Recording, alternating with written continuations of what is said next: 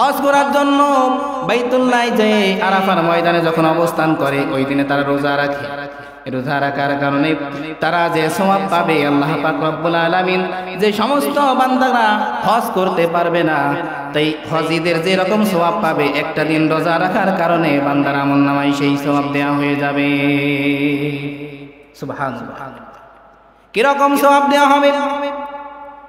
আল্লাহ পাক রব্বুল আলামিন যখন বান্দা ওই একটা দিন সিয়াম পালন করবে, সিয়াম পালন করার কারণে তার পূর্ববর্তী আমলনামা থেকে ছোট্ট ছোট্ট গুনাহগুলো যখন উঠায় নিয়ে যাওয়া হবে, ওই জিনিসগুলো ফাঁকা থেকে যাবে। আল্লাহ পাক রব্বুল আলামিন যারা কুরবানি দেওয়ার নিয়ত করেছেন, যারা কুরবানি দেওয়ার নিয়ত করেছেন তারা আজকের মধ্যে মোষ, চুল এবং নখ কেটে নেবেন। কালকে থেকে আপনার কাটার হুকুম নাই।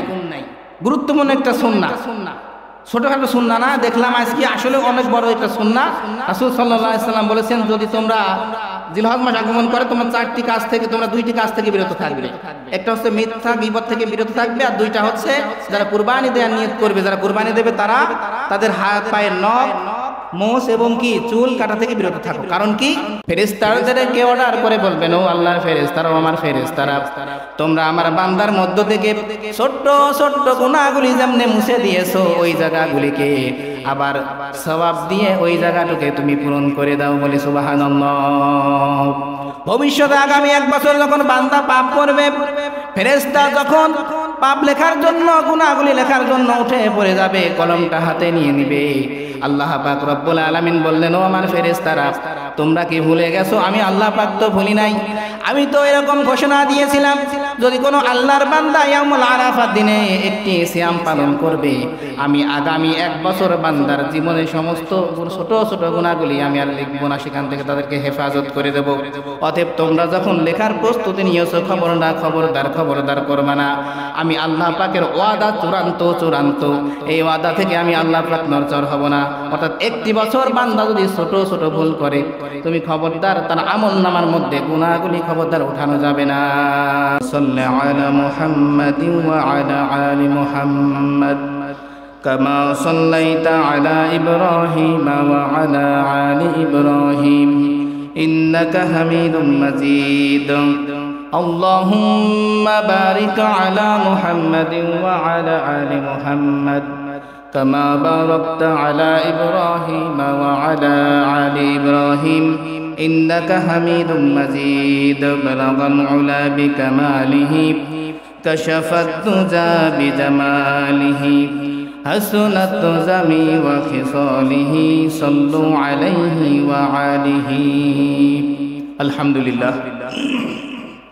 সমস্ত গুণগান, সমস্ত প্রশংসা সেই মহান মালিকের দরবারে যে আল্লাহ পাক রব্বুল আলামিন আমাদেরকে জিলকদ মাসের শেষ জুমআয়, জিলহজ মাসের আগের দিন, মধ্যপ্রাচ্যের দেশগুলিতে আজকে জিলহজের প্রথম দিন চলে যাচ্ছে। সৌদি আরব সহ অন্যান্য আরবিয়ান কান্ট্রিতে আজকে জিলহজ মাসের 1 তারিখ, গতকাল পবিত্র জিলহজ মাসের চাঁদ দেখা গেছে। ইনশাআল্লাহ আল্লাহ পাক চাহে তো আজকে আমাদের বাংলাদেশে জিলহজ মাসের চাঁদ দেখা যাবে। আমরা সেই গুরুত্বপূর্ণ সময়ে আমরা উপস্থিত হয়েছি যে আল্লাহ পাক আমাদেরকে সেই গুরুত্বপূর্ণ সময়ে তিনার হুকুম জুমআ সালাত করার উদ্দেশ্য নিয়ে মসজিদে আসার বসার তৌফিক দান করলেন, তার হাবিবের উপর দুরূদ পাঠ করার তৌফিক দান করলেন। এজন্য আসুন সেই মহান মালিকের দরবারে কালিমাতুশ শুকর আদায় করি, বলছি আলহামদুলিল্লাহ। লাখো কোটি দরুদ এবং সালাম বিশ্বজাহানের বিশ্বনেতা সাইয়্যিদুল মুরসালিন খাতামুন নবিয়্যিন শাফায়াতের কান্ডারি, যাকে আল্লাহ পাক রব্বুল আলামিন শাফায়াত নামক দৌলত দিয়ে ধন্য করে দিয়েছেন। এজন্য আসুন সেই মহান মানুষের প্রতি আমরা বাংলাদেশের এক প্রান্ত থেকে গুটি কয়েক মুসলমান একযোগে একসঙ্গে দরুদ এবং সালাম পাঠাচ্ছি, পড়ছি সাল্লাল্লাহু আলাইহি ওয়াসাল্লাম। সম্মানিত উপস্থিতি, গত জুমায় বলেছিলাম সময়টা অত্যন্ত দামি সময়। তবে আজকের দিন যাওয়ার সঙ্গে সঙ্গে যখন সন্ধ্যায় পবিত্র জিলহজ মাসের চাঁদ দেখা যাবে, তখন আমরা যেরকম ভাবে রমাদান মাসের সেই দশক যেরকম উদযাপন করেছিলাম, আমাদের অজানার কারণে আমরা জিলহজ মাসকে সেই 10 দিনকে সেইভাবে উদযাপন করতে পারতেছি না। কারণ কি? এর ফজিলত এর গুরুত্ব, এর মাহাত্ম্য কতটুকু আমাদের একদমই অজানা, ঠিক কিনা বলেন? এই জিলহজ মাসের যে 10 দিন যে ব্যাপক একটা ব্যাপক একটা ফজিলতের সময়, দামি সময়, আল্লাহ পাক যেই 10টি দিন এবং রাতকে নিয়ে কসম করেছেন। আল্লাহ পাক যেই সমস্ত সূরার প্রথমে ওয়াল আসরি ওয়াত তিনি যেভাবেই করেছেন, ওয়াল ফাজরি, এই যে সময়গুলোকে বিভিন্ন সময়কে নিয়ে কসম করেছেন, তাহলে বুঝতে হবে যখন আল্লাহ পাক কসম করেন, সেই কসম করার কারণে সেই সময়ের সেই ঘন্টার সম্মান বাড়িয়ে দেয় কে? আল্লাহ পাক কিন্তু বাড়িয়ে দিয়েছেন। তেমনি আল্লাহ পাক রব্বুল আলামিন কিন্তু সূরাতুল ফজরের প্রথমেই বলছেন ওয়াল ফাজর ওয়া লায়ালিল আশর। আল্লাহ পাক সর্বপ্রথম ফজরের কসম করেছেন, ভোরবেলার কসম, তারপরে বলতেছেন 10টি রাতের কসম। কয়টি রাত? 10টি রাত। মুফাসসিরিনে কিরাম একমত যে এই 10টি রাত হচ্ছে জিলহজ মাসের প্রথম 10 দিনের 10টি রাত। সুবহানাল্লাহ বলেন। এজন্য আমরা এটা অজানার কারণে আমরা এই বিষয় থেকে, এই জিলহজ মাসের আমল থেকে আমরা একদম ফারেক হয়ে আছি। তবে আমাদের উচিত এই জিলহজ মাসের যে গুরুত্ব, যে ফজিলত, এটা কিছু ধারণা নিয়ে আমাদের চলা, তাহলে কি আমাদের আগ্রহ বাড়বে। যে জিনিসের প্রতি মানুষের জ্ঞান থাকে না, সেই জিনিসের প্রতি মানুষের আগ্রহ থাকে না। এজন্য যে কোনো বিষয়ের প্রতি আগ্রহ জন্মাতে হলে আমার সেই বিষয়কে জানতে হবে।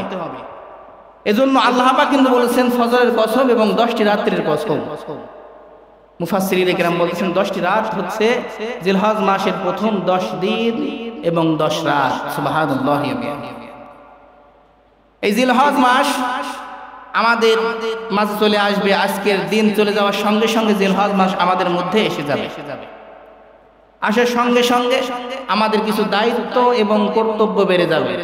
1 নম্বরে দায়িত্ব হবে, সংক্ষেপে বলি, দীর্ঘায়িত আলোচনা করব না গরমের সময়। তবে 1 নম্বর দায়িত্ব হবে, যখন এই জিলহজ মাস আগমন করবে আমাদের মধ্য থেকে বদ অভ্যাস, খারাপ অভ্যাসগুলি আছে, সঙ্গে সঙ্গে একেবারে বিদায় জানাতে হবে। আল্লাহ পাক তৌফিক দান করেন, বলেন আমিন।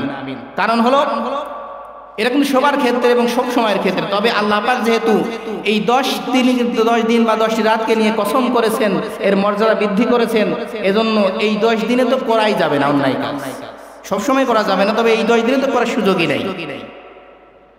1 নম্বর দায়িত্ব থাকবে আমাদের মধ্য থেকে খারাপই যে কাজগুলা, যে ফাহিশা কাজগুলা, ওটাকে কি একদম ছেড়ে দিতে হবে। দ্বিতীয় কাজ হলো রাসূল পাক সাল্লাল্লাহু আলাইহি ওয়াসাল্লাম যখন জিলহজ মাস আগমন করেছে, সঙ্গে সঙ্গে তিনি তার নফল ইবাদতকে বাড়িয়ে দিয়েছেন। সুবহানাল্লাহি ওয়া বিহামদিহি। বিশেষ করে কিতাবের মধ্যে পাওয়া যায়, তিনি আমাদের নবী মুহাম্মদ সাল্লাল্লাহু আলাইহি ওয়াসাল্লাম যখন জিলহজ মাসের চাঁদ উদিত হওয়ার সঙ্গে সঙ্গে তিনি নফল সিয়ামের নিয়ত করতেন এবং শেষ 10 দিনের, অর্থাৎ এই যে 10 দিন, 9টা দিন, জিলহজের 1 থেকে 9 তারিখ পর্যন্ত, ইয়াউমুল আরাফা, আরাফার দিন পর্যন্ত তিনি সিয়াম পালন করেছেন, বলে সুবহানাল্লাহ। এই সিয়াম পালন করার কারণে আল্লাহ পাক রব্বুল আলামিন কি রকম ফজিলত দিবেন। আমাদের নবী, বিশ্ব নবী মুহাম্মদ সাল্লাল্লাহু আলাইহি সাল্লাম বললেন, যদি আল্লাহর কোনো বান্দা আমার উম্মতের মধ্যে যদি ইয়াউমুল আরাফা, আরাফার দিন একটি সিয়াম পালন করে, আল্লাহ পাক রব্বুল আলামিন ওই বান্দার এমন ফজিলত দিয়ে ধন্য করে দিবেন, বান্দার পূর্ববর্তী 1 বছরের মধ্যে যত সগীরা গুনাহ আছে সমস্ত গুনাহগুলি মাফ করে দেয়। সুবহানাল্লাহ। দ্বিতীয় নাম্বার পুরস্কার হলো 1 বছর সে গুনাহ করেছে, ছোট ছোট গুনাহ আল্লাহ পাক মাফ করে দিয়েছেন। 2 নাম্বার পুরস্কার হলো আজ থেকে ইয়াউমুল আরাফা থেকে শুরু করে আগামী 1 বছর পর্যন্ত, আরাফার দিন আসা পর্যন্ত ওই বান্দার দ্বারা যদি ছোট ছোট সগীরা গুনাহ হয়ে যায়, আল্লাহ পাক রব্বুল আলামিন সেই গুনাহগুলো মাফ করে দিবেন। সুবহানাল্লাহ। এটা কিন্তু সহিহ হাদিসের বর্ণনা, বুখারী, মুসলিম, মিসকাত, ইমাম নাসাই সব বর্ণনা করেছেন। আল্লাহ পাক রব্বুল আলামিন কি রকম করে মাফ করবেন? যখন ইয়াউমুল আরাফার দিনে, আরাফার ময়দানে হাজিরা যখন হজ করার উদ্দেশ্যে, ইয়াউমুল হজ, এটাকে হজের দিনও বলা হয়েছে, কারণ ওই আরাফাত দিনের এত গুরুত্ব, এত মাহাত্ম্য আল্লাহ পাক রব্বুল আলামিন দিয়েছেন। ওই হাজিরা যে হাজি ভাইয়েরা এরকম সওয়াব দিয়ে দিবেন। তাহলে বলেন ইয়ামুল আরাফা হচ্ছে হজ্জের দিন। এই ইয়ামুল আরাফার দিনে যদি কেউ মুজদালিফায় অবস্থান না করে, বেলা সূর্যাস্ত যাওয়ার আগ পর্যন্ত যদি কেউ অবস্থান না করে, তার হজ বাতিল হয়ে যায়। এই দিনের গুরুত্ব এতটুকু, অর্থাৎ কোরবানির আগের দিনের কথা শুধু বলছি এখন, আগে সময় সংক্ষিপ্ত। এই দিনের ফজিলত এত বেশি, যদি কোনো হাজি হজ করতে যাওয়ার পর যদি কোনো কারণবশত যদি ওই ইয়ামুল আরাফা মুজদালিফায় যদি সূর্যোদয়ের অর্থাৎ যখন সূর্য অস্ত যাবে, অস্ত যাওয়ার আগে যদি ওখানে প্রবেশ করতে না পারে, অবস্থান করতে না পারে, তাহলে তার হজ কি হয়ে যাবে? বাতিল হয়ে যাবে, হজ হবে না। পুনরায় তাকে কি আগামী বছর আবার কি লাগবে? হজ করা লাগবে। তাহলে বোঝা যাচ্ছে যে এই যে 10 দিনের মধ্যে, জিলহজ মাসের প্রথম 10 দিন অর্থাৎ কুরবানির দিন পর্যন্ত, এর মধ্যে সব থেকে দামি সময় হলো ইয়ামুল আরাফা অর্থাৎ 9 জিলহজের দিন। এই দিনে সবাই নফল সিয়াম পালন করার নিয়ত করতে হবে। রাজি আছি ইনশাআল্লাহ? আল্লাহ পাক কবুল করে নেন, বলেন আমিন। এই 10 দিনের ফজিলত কেন এত বৃদ্ধি হলো? মুফাসসিরিনে কিরাম লিখেছেন 2টা কারণ। তাফসীর ইবনে কাসিরের মধ্যে 2টা কথা আসছে। একটা হচ্ছে এই 10 দিনের মধ্যে একটা দিন রয়েছে যেই দিনের মর্যাদা আল্লাহ পাকের কাছে বেশি, সেটা হচ্ছে ইয়ামুল আরাফা তথা হজের দিন। কোন দিন? হজের দিন। আর দ্বিতীয়টা হচ্ছে এই 10 দিনের মধ্যে এমন একটি দিন রয়েছে যেই দিনটা এমনি এমনি আসে নাই, বিরাট এক ঐতিহাসিক ঘটনাকে কেন্দ্র করে এই দিনটা ধার্য করা হয়েছে। সেটা হচ্ছে ইয়ামুন নাহার, কুরবানির দিন, যেটা আমরা জানি যে ইব্রাহিম এবং ইসমাইল আলাইহিস সালামকে কেন্দ্র করে এই দিনটাকে ধার্য করা হয়েছে। এই 2টা দিনের কারণে আল্লাহ পাক রব্বুল আলামিন এই জিলহজ মাসের 10 দিনকে এত সম্মানিত করেছেন। অতএব সাবধানতা অবলম্বন করতে হবে এই ক্ষেত্রে যে কুরবানির আগের দিন, ঈদের দিন তো রোজা রাখা হারাম স্পষ্ট, এবং তারপরে 3 দিনও রোজা রাখা হারাম। আর হচ্ছে ঈদুল ফিতরের দিন, এই 5টা দিন কি হারাম? সিয়াম পালন করা একদম হারাম। আর সব দিন আপনি রাখতে পারেন। তাহলে বোঝা যাচ্ছে ইয়ামুল আরাফার দিনে সিয়াম পালন করার ফজিলত শুধু বেশি না, অনেক বেশি। যদি 1 বছরের গুনাহ 2 বছরের গুনাহ যদি মাফ হয়ে যায়, পূর্ববর্তী এবং পরবর্তী, তাহলে বলেন তো 2 বছরের গুনাহ আমরা কি বললাম? মাফ পেয়ে গেলাম। অতএব আমাদের মাঝে যখন 9 জিলহজ চলে আসবে, আমরা সবাই প্রস্তুতি নেব হচ্ছে সিয়াম পালন করে। একটা দিন সিয়াম, শুধু একটা দিন না, রাসূল পাক সাল্লাল্লাহু আলাইহি সাল্লাম 1 থেকে 9 তারিখ পর্যন্ত অর্থাৎ 9টা দিনে তিনি সিয়াম পালন করেছেন। বলে সুবহানাল্লাহ। কারণ হচ্ছে এই জিলহজ মাস ওই যে সম্মানিত 4টি মাসের কথা বলেছিলাম একদিন, যে 6টি মাসে আল্লাহ পাক রব্বুল আলামিন যুদ্ধ বিগ্রহ সমস্ত মারামারি ফাহিশা ফাসাদ থেকে আল্লাহ পাক কোরআনে স্পষ্ট নিষেধ করেছেন। সেই 4টি মাসের একটি মাস হলো জিলহজ মাস। অতএব এদিক থেকে বোঝা যাচ্ছে আল্লাহ পাক রব্বুল আলামিন এই মাসগুলি থেকে সমস্ত ফাহিশা কাজ থেকে নিষেধ করে রেখেছেন। এটা আমরা না মানলেও আয়ামে জাহেলিয়ার যুগের মুশরিকরা এটা পালন করেছেন। তারা কখনোই এই 4টি মাস যখন এসে যেত, তারা কখনোই এই 4টি মাসে গ্যাঞ্জাম ফেসাদ মারামারি কখনোই করতেন না। আল্লাহ পাকের নির্দেশ তারা মানত, যে আল্লাহ পাকের নিষেধ যে এই 4 মাসে যুদ্ধ বিদ্রোহ করা যাবে না, তারা করতেন না। ঝগড়া বিবাদ ফাসাদ আমরা করতেন না। অথচ আমরা মুসলমান হয়ে আজকে সমাজে মনে হয় একদমই আমরা এটাও ছেড়ে দিয়েছি নাকি? আমরা ছাড়ি নাই, আমরা ধরেই রেখেছি। ঈদের দিনও মারামারি কাজাকাটি হয় কি হয় না? হয়। আমি একবার শৈলকুপা ঈদের দিন ঘুরতে গিয়েছিলাম। কুরবানির দিন আমার মনে আছে, ছোট তখন স্কুল জীবনে, সেই দিন আমি দেখেছিলাম যে ওই জেলার মধ্যে সবাই ডালপালা নিয়ে বসে আছে রাস্তার ধারে। কেউ কেউ কুরবানির গোশত চুরাচ্ছে, তৈরি করছে, আর পাশে ওরা ডালপালা নিয়ে বসে আছে। আমার নিশ্চয়কে দেখা ওই দোহারো গ্রামের ওইদিকে। দেখেন ঈদের দিনও তারা কিন্তু ছাড়ে নাই। আমরা মুসলমান কেমন মুসলমানের হিসাব করেন? অথচ ওই সময় আল্লাহ পাক যখন বললেন যে এই 4টি মাসে খবরদার তোমরা যুদ্ধ বিগ্রহ মারামারি কাটাকাটি করবা না, মুশরিকরা একদম স্তব্ধ হয়ে গেছে। আর ওই 4টি মাসে কখনোই ঝগড়া ফেসাদ মারামারি করে নাই। আর আমরা ঈদের দিন পর্যন্ত আমরা ছাড়ি নাই। তো সেই দেশে শান্তি আসবে কোথা থেকে? সম্মানিত উপস্থিতি, দেখেন আজকে কিন্তু আমাদের থেকে একটি মাস চলে যাবে, আবার সন্ধ্যার পর থেকে জিলহজ মাস শুরু হবে। এজন্য গুরুত্বপূর্ণ কয়েকটি কথা। এই দিন থেকে ইহরামের যে একটা নিয়ম আছে না, ইহরাম বাঁধে, এটা হজের সঙ্গে হাজিদের সঙ্গে তুলনা করে এটা আদেশ করা হয়েছে। অতএব এটা দেখেও এড়িয়ে যাওয়ার সুযোগ নাই। তাহলে আজকেই যারা কাজ করবেন, সূর্য অস্ত যাওয়ার আগে এই কাজগুলো সেরে নেবেন, যাতে আগামী 10 দিনের মধ্যে এই কাজগুলো আপনারা না করা লাগে। আল্লাহ পাক সবাইকে তৌফিক দান করেন, বলেন আমিন। শুধু যারা কুরবানি দেবেন বা নিয়ত করেছেন তারা শুধু, তাদের ক্ষেত্রে কথা আসে নাই, তবে করলে করতে পারেন, এটা সুন্নাহ আদায় হবে। আল্লাহ পাক সবাইকে তৌফিক দান করেন, বলেন আমিন। আর কুরবানি অত্যন্ত নিকটবর্তী, আমার আরেকটা জুমআ আমাদের সামনে উপস্থিত হবে।